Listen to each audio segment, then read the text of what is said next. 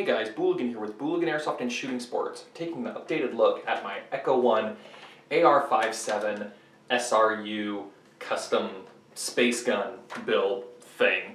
I last did a video on this a couple of months ago and have since modified it a little bit more. You may recall this is an Echo 1 AR57 AEG fitted with the SRU SRQ AEG stock kit and front grip. Also have an O-light flashlight up front, which is awesome. But what I did work on was mainly the front and the top.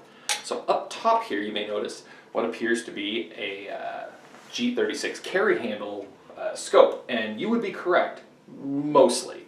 So this is actually two G36 carry handles, kind of cut in the middle, lengthened out, so I took the front off of one and the back off of another to give me a whole lot of extra length here, and then epoxied them in place with a steel pin for stability. It's a pretty solid platform and I'm comfortable carrying it around by the carry handle.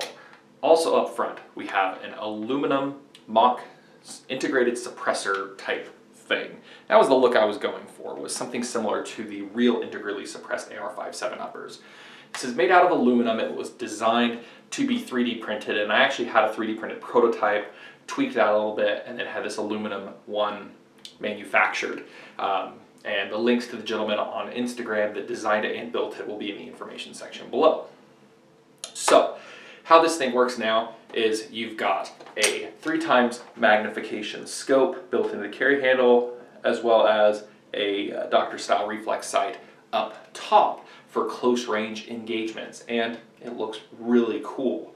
How to modify a G36 carry handle to fit on a normal 20mm rail. It's really pretty easy. You just use a file and a Dremel tool to kind of open up the inside of the mount on the scope and on the carry handle portion, and then when you get it big enough it'll slide right on a 20mm rail. Then you just have the screws to secure it in place, and it's not going anywhere anytime soon.